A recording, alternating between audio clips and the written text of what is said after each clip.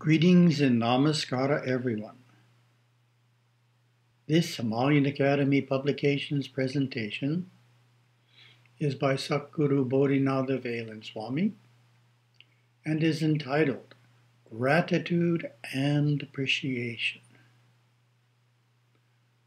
Gratitude is a quality of the soul. Its opposite, ingratitude, is a quality of the external ego. When we abide in soul consciousness, we give thanks for whatever we have, no matter how little or how much. When in ego consciousness, we are never satisfied, no matter how much we have. Gratitude is being thankful for life's little treasures, grateful for the opportunity to begin the day where we are, understanding the perfect place our karma and God's grace have brought us to. Unfortunately, it is an all too common way of our times that when something is done that is good, helpful, or loving, it is often overlooked, treated as something expected. No acknowledgment is shown, no appreciation expressed.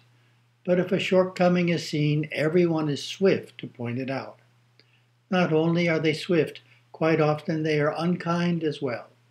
A Hawaiian civic leader lamented to Gurudeva a few years ago that people are cruel in their complaints. It's okay to criticize, she said, but they should be kindly when doing so. Let's look at 4 common examples of not being grateful nor expressing appreciation. First example. The mother of a teenage daughter works quite hard every day to take care of her daughter's needs at home and at school. The daughter takes her efforts totally for granted and never says, "Thanks, Mom." Second example. A wife is faithfully attentive to her husband's needs and supportive of his career. The husband never bothers to thank her for her constant care. Third example, a husband works hard to financially support his family, even toiling weekends to earn extra income. The wife never expresses any thankfulness to him for his tireless efforts. Fourth example, a supervisor at work takes extra time with her staff to help improve their skills and advance their position. However, not one of them ever expresses thanks for her leadership. Unfortunately, they do enjoy an occasional jab at the boss and whisper gossip about her private life.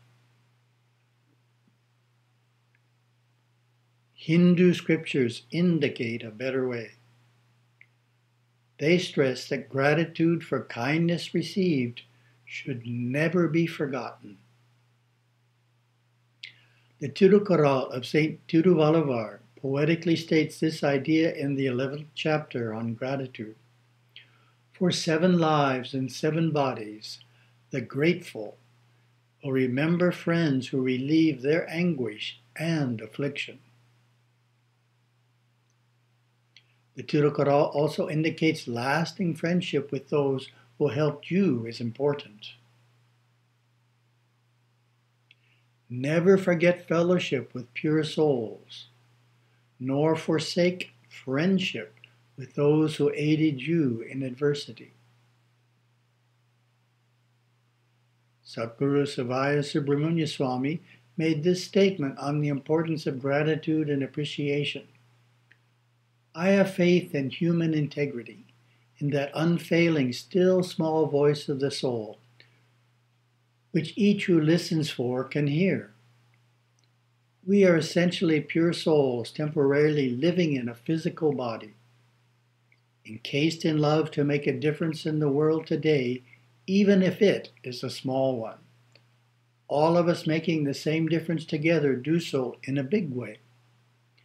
Shishyas should be grateful to their gurus, husbands to their wives, wives to their husbands, parents to their children, children to their parents, students to their teachers, and teachers to their students. It is far more effective to praise others and appreciate what we have than to find fault and complain about what we don't have. There is a helpful write-up from Gurudeva in Living with Shiva in which he gives two specific sadhanas, one for gratitude and the second for appreciation. The idea is to do the sadhana of gratitude first, then the sadhana of appreciation. The sadhana of gratitude is to take out paper and pen and list all the good that has come into your life during the past 5 years. As memory is stimulated, the list will grow. Gurudeva suggests that if you find yourself not able to even recall one good thing, write several times, "I am a spiritual being of light maturing in the ocean of experience." This will stimulate a good memory, which will soon be followed by more. Feelings of loving appreciation will begin to flow toward those who helped you in the good times. Feelings of forgiveness will also well up for the bad times. This sadhana of gratitude echoes the wisdom found in the Tirukural. It is improper to ever forget a kindness, but good to forget it once, an injury received. Focusing on the good things in our life leads naturally to the sadhana of appreciation. This sadhana is to approach those to whom you are grateful and tell them to their face, while looking deeply into their eyes, how much you esteem and value them. Be specific. That is the key. You don't want to say, "You are wonderful." Rather, you want to point out specific qualities so that he or she knows you really deeply feel what you are saying, that it is not just a surface compliment. Convince him or her that you are sincere by your kind words, smiling face, and if appropriate, by also giving a big hug. Unfortunately, such loving encounters do not happen often enough in today's world. Words of appreciation are words people do not frequently hear. Gurudeva points out that loving appreciation is a magic formula that works both ways. When we commend another, we are also automatically uplifted. He encourages us to express appreciation to community leaders, business associates, spiritual mentors, family members, and friends as often as we can.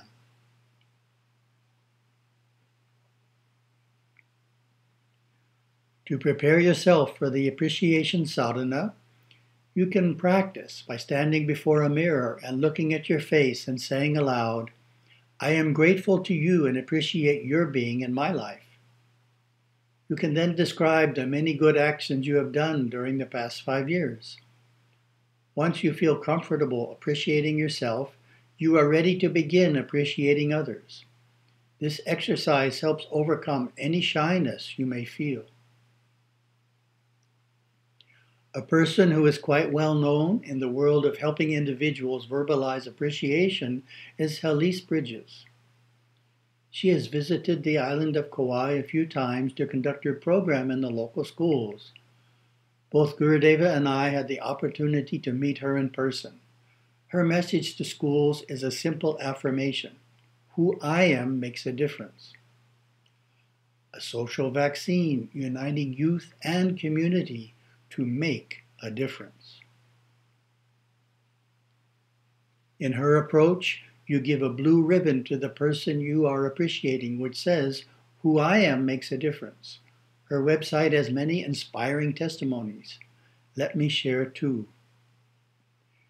A teacher in Visa, California talks about his students. The more they honored others, the more they realized that they made a difference. Kids were effectively able to make the program into their homes. They even discovered how hard it is to be a teacher and told me how much they appreciated my efforts.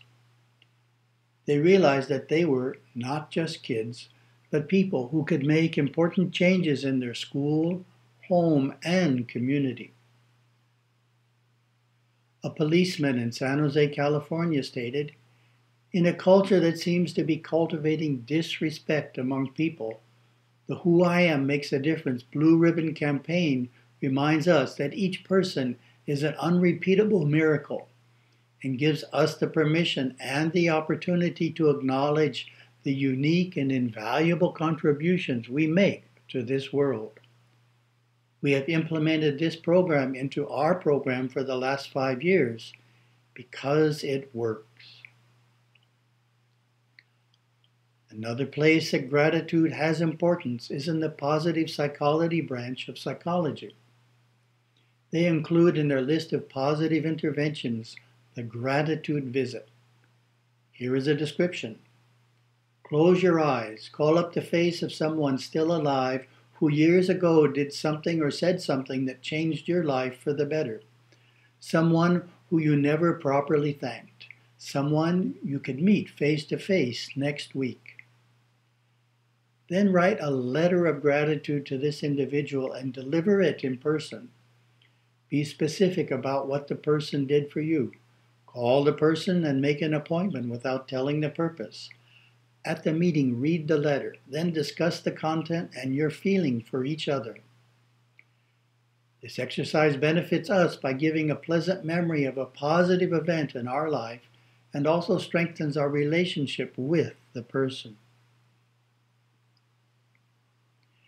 In the Western calendar, there are 3 excellent opportunities each year to verbalize our appreciation. There is Mother's Day in May.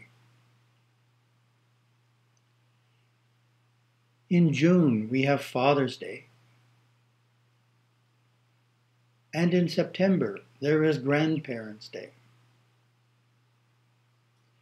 Take advantage of these days to share your appreciation and, as Gurudeva says, remember to talk about specific points because that will make mother, father, or grandparents feel you really thought about it and your appreciation has heartfelt sincerity behind it.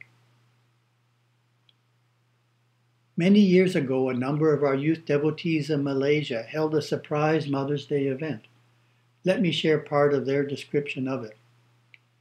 After the normal satsang events, bhajans, and meditation, we announced our surprise, got each mother to come forward and stand in front, and each of her children put a huge garland on her and gave her a bookmark, a card, and a beautiful single rose package, all done by us, and prostrated to each mother's feet, hugged her, and wished her well on this day. By now, most mothers were already busy wiping away small bits of tears from their eyes. In conclusion, make the gratitude and appreciation sadhanas a regular part of your life. Take time to write down the many events for which you were thankful. Then choose at least one person and verbalize your appreciation for who she is and how she has helped or inspired you. Remember, when sharing your love with others, be specific. Smile and realize you are helping change the world for the better. Those you uplift will learn from your example and later uplift others in their life. Om Shanti Shanti Shanti